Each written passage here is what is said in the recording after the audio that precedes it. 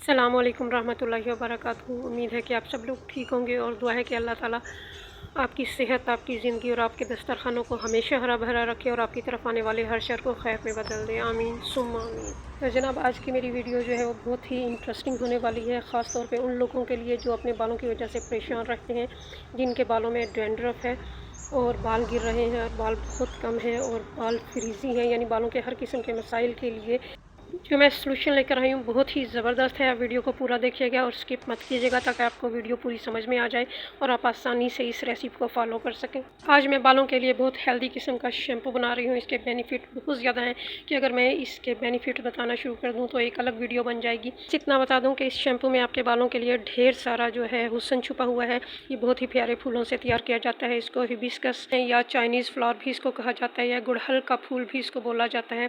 तो ये आपको पार्कों में, घरों में, तकरीबन हर जगह आपको नज़र आएगा। बहुत मुख्तलिफ कलर्स में ये होता है, लेकिन हेयर प्रोडक्ट्स और ब्यूटी प्रोडक्ट्स में आपको रेड कलर का फूल ही इस्तेमाल करना है।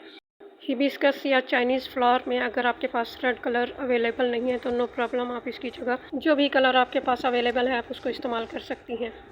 इसके फूल और पत्तियों में विटामिन सी और मिनरल्स का ख़जाना छुपा हुआ होता है। आप इसको अपनी ब्यूटी के लिए भी इस्तेमाल कर सकते हैं। आप इसको अपनी स्किन और हेयर्स के लिए भी इस्तेमाल कर सकते हैं। मोटापा दूर करने और रंग गोरा करने के लिए तो इसकी मिसाल नहीं मिलती है। इसकी फूलों की पत्तियों को खुश्क करके पाउडर बनाकर इसको ब्यूटी प्रोडक्ट्स में भी इस्तेमाल किया जाता है। तो चलिए हम अपनी रेमेडी शुरू करते हैं। यहाँ पर मैंने एक बड़ा सारा बाउल ले लिया है और 3 से 4 हिबिस्कस यानी चाइनीज़ फ्लावर के मैंने फूल ले लिए हैं। इन फूलों की पत्तियों को हमें सिर्फ इस्तेमाल करना है।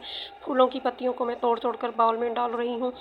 जो इसके नीचे वाला पार्ट है और जो इसकी आगे लंबी सी एक डंडी होती है वो हमें इस्तेमाल नहीं करनी है। जिस तरह मैं आपको दिखा रही हूँ ये चीज़ हमें बिल्कुल भी इस्तेमाल नहीं करनी है।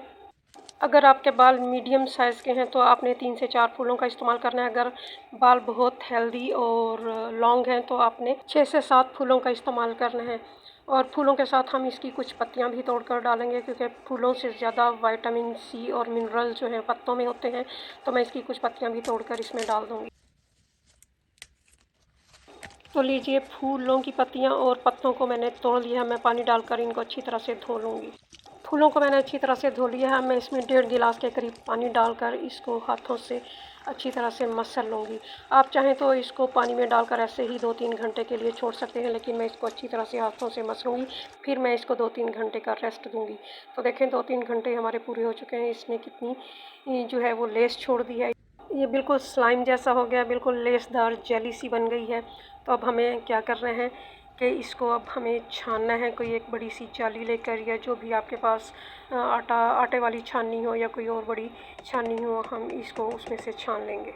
फूलों और पत्तों को हाथों से मसल मसल के दबा दबा के हम इसका तमाम का तमाम जेल जो है वो निकाल लेंगे। कोशिश करें जब भी आपने ये शैम्पू बनाना हो आप इसको फ्रेश ही बनाइए, लेकिन अगर आपके पास टाइम नहीं है तो आप इसको बनाकर फ्रिज में रख दें और 1-1.5 हफ्ते के लिए आप इसको रख सकते हैं। इसको जब चाहें आप इस्तेमाल करें, लेकिन कोशिश करें कि आप इसको फ्रेश ही बनाएं और फ्रेश ही इस्तेमाल करें।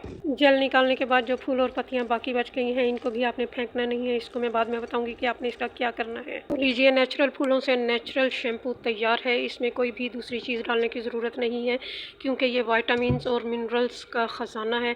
इसको आप एज इट इज़ ही इस्तेमाल कर सकती हैं। हफ्ते में 2 दफ़ा इस शैम्पू को इस्तेमाल कीजिए। अगर आपके बालों में ऑयलिंग है, बहुत ज़्यादा है, तो ये वर्क नहीं करेगा, लेकिन ये है कि जो नेचुरल ऑयल हमारे बालों का होता है उसको बड़ी स्मूथली ये रिमूव कर देता है। आपको एक ही वॉश में इसके बेनिफिट्स अपने बालों में महसूस होंगे। यकीनन आप जब भी ये रेमेडी ट्राई करेंगे तो आप इसको बार बार ट्राई करने पर मजबूर हो जाएंगे इंशाल्लाह।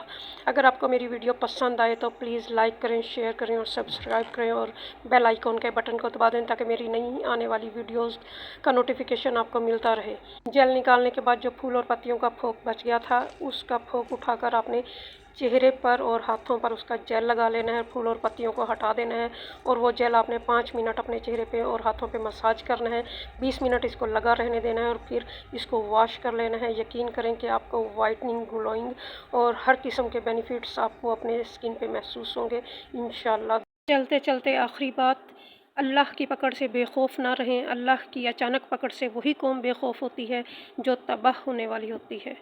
दुआओं में याद रखिए। फ़ी अमानिल्लाह।